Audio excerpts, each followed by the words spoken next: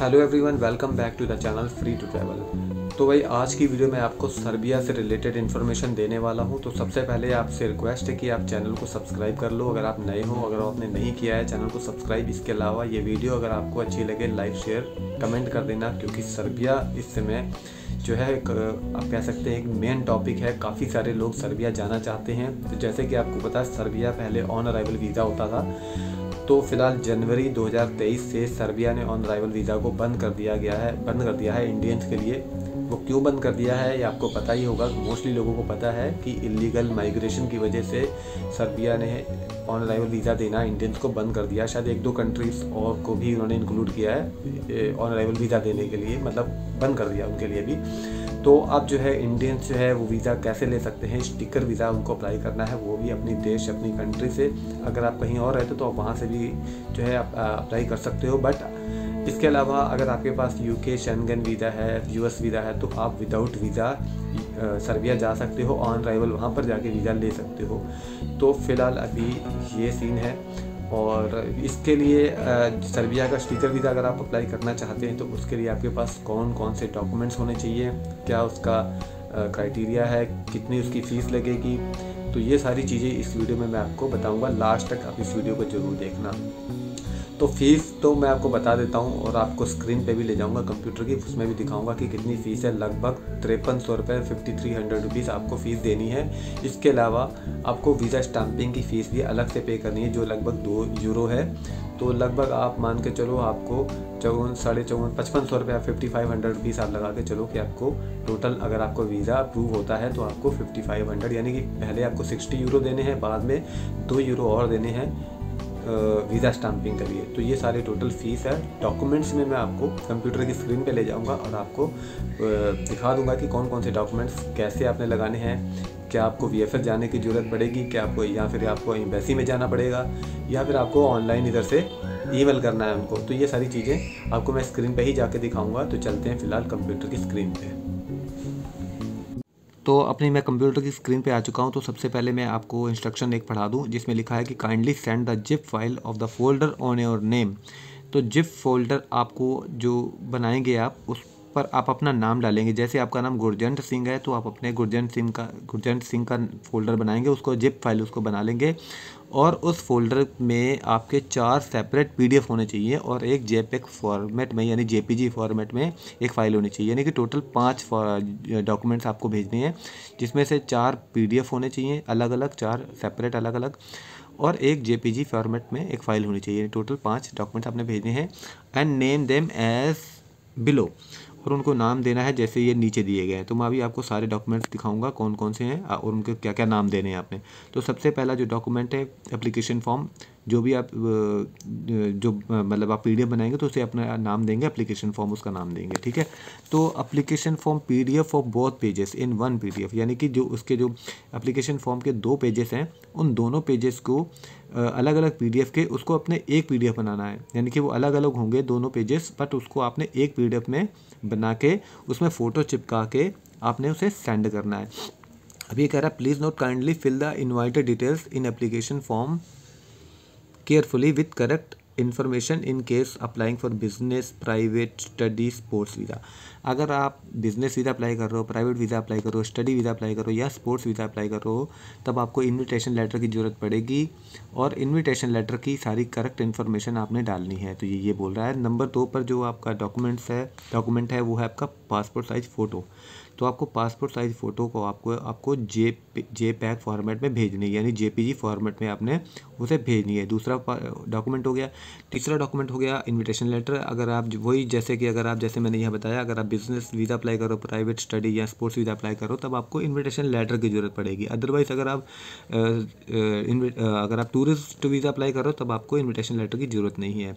जैसे और इसके अलावा in case applying for spouse kids visa then kindly scan the residence permit of Serbia, passport copy, visa copy and invitation letter of spouse as a separate document.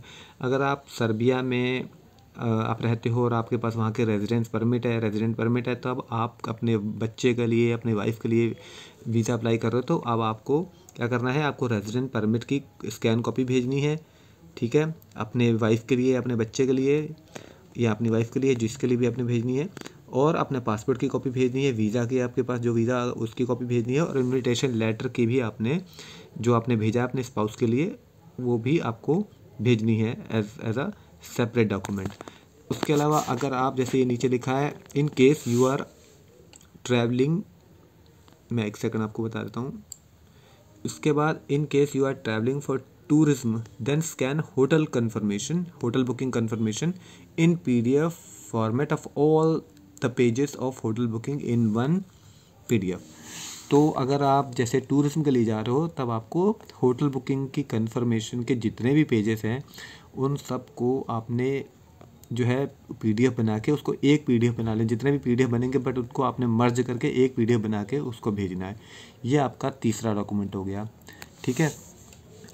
उसके अलावा मैं आपको और बता देता हूँ, in case married with Serbian national then additional marriage certificate should be scanned in PDF version.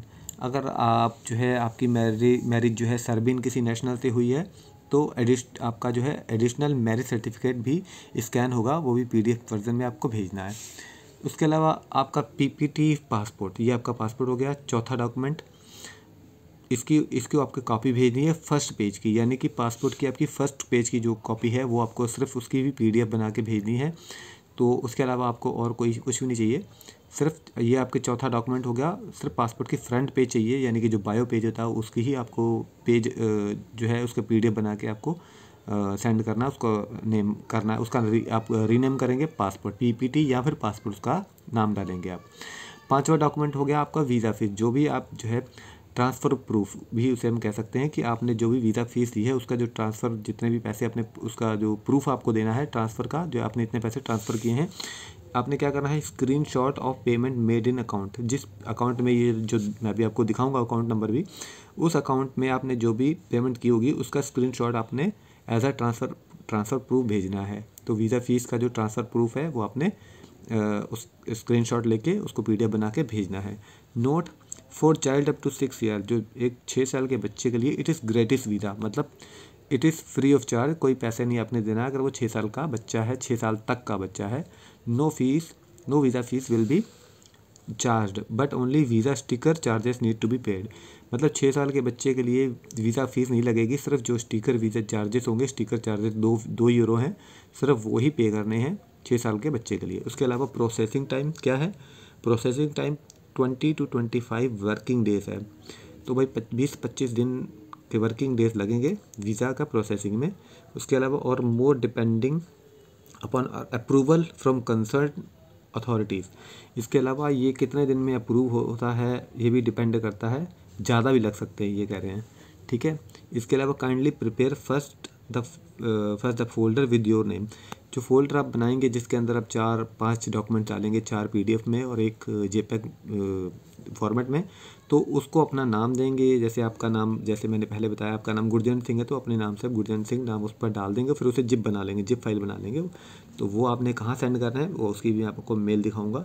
And then prepare zip file, जैसे ये लिखा zip file with your name and attach all above documents as per instruction, जैसे instruction दिया गया उसी तरीके से, जैसे मैंने आपको बताया है उसी तरीके से आपको सारे डॉक्यूमेंट्स एक ही फोल्डर में डाल के उनको रीनेम करके नाम डाल के जो जो डॉक्यूमेंट्स रिक्वायर्ड हैं उनके नाम डाल के अपने एक फ़ोल्डर में डाल के उसे जिप फाइल बना देना है और उसे सेंड कर देना है। मैं आपको दिखा देता हूँ, इस मेल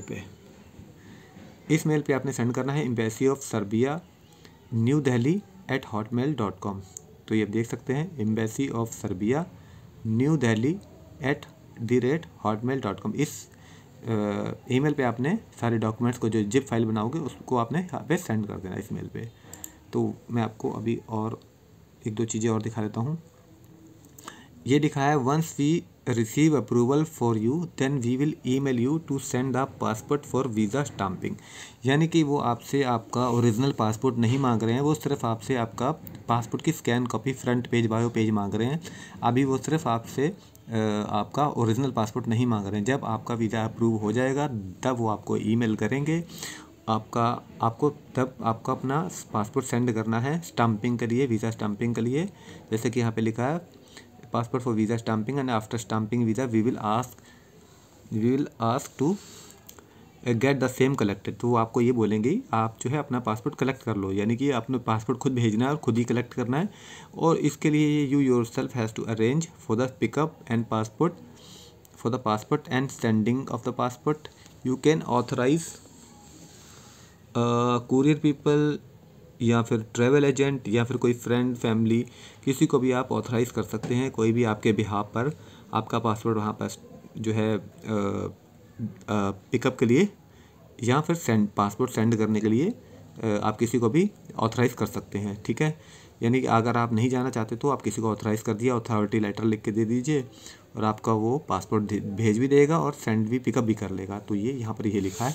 अब जो है यहाँ पर आपको पेमेंट, बैंक ट्रांसफ़र, कैश जो यहाँ पे लिखा है, details of the visa fees and visa sticker. तो यहाँ पर आपको मैं इसकी डिटेल बता देता हूँ। तो जैसे यहाँ पे लिखा है visa C short term for maximum 90 days visa 60 euro, लगभग INR 5300 रुपये टू पे व्हेन अप्लाइंग फॉर वीज़ा। तो आपको 5300 रुपये भेजने हैं, यानी कि 60 यूरो भेजने हैं 90 डेज़ का मैक्सिमम वीज़ा के लिए। शॉर्ट टर्म आपका टूरिस्ट वीज़ा होगा। Visa D long term visa for maximum 180 days of visa 30 euro, जिसकी फ़ीस है 2700 रुपये INR में, इंडियन रुपीज़ में, टू पे व्हेन अप्लाइंग फॉर वीज़ा। जब आप अप्लाई करोगे तो आपको 2700 रुपये या 30 यूरो लॉन्ग टर्म वीज़ा के लिए आपको पे करने हैं। Visa sticker charges 2 euro INR 200, यानी कि 2 यूरो आपको, अगर आपका वीज़ा अप्रूवल हो गया तब आपको सिर्फ स्टिकर चार्जेस आपको 2 यूरो अलग से और एक्स्ट्रा पे करने पड़ेंगे, या फिर 200 रुपये इंडियन में आपको पे करने पड़ेंगे व्हेन वीज़ा इज़ ग्रांटेड, जब आपका वीज़ा ग्रांट हो जाएगा, जैसे यहाँ पे लिखा है। इसके अलावा बैंक ट्रांसफ़र, ये बैंक का नाम है, बैंक नेम RBL, ये सारी जो है रत्नाकर बैंक लिमिटेड, ये सारी आप देख सकते हैं, एड्रेस लिखा हुआ है। तो यहाँ पर आपने पेमेंट करनी है और इस पेमेंट करने के बाद आपका वीज़ा अप्लाई हो जाएगा। अकाउंट नंबर भी नीचे दिया है, तो आप इस तरह से आप अपना वीज़ा अप्लाई कर सकते हैं। तो फ्रेंड्स, ये सारी इन्फॉर्मेशन मैंने आपको देनी थी। बहुत सारे लोग जो है वीज़ा अप्लाई करना चाहते थे सर्बिया का, तो ये उनको ये आई होप ये इन्फॉर्मेशन उनके काफ़ी काम आएगी और वो वीज़ा अपना खुद अप्लाई कर सकेंगे। तो फ्रेंड्स, आई होप ये वीडियो आपको पसंद आई होगी। अगर आपको पसंद आई तो चैनल को इस वीडियो को लाइक करना ना भूलना और शेयर करना ना भूलना। अगर आप चैनल पर नए हो तो चैनल को सब्सक्राइब करना ना भूलना। तो फ्रेंड्स, नेक्स्ट वीडियो में मैं आपको बताने वाला हूँ कि आप सर्बिया का जो वीज़ा फॉर्म है उसे कैसे फिल कर सकते हैं। वैसे काफ़ी ईजी है, बट मैं आपको बताऊंगा कि आप उसे कैसे फिल कर सकते हैं और अपना वीज़ा खुद कैसे अप्लाई कर सकते हैं। तो फ्रेंड्स, मिलते हैं फिर नेक्स्ट वीडियो में, तब तक के लिए सत श्री अकाल।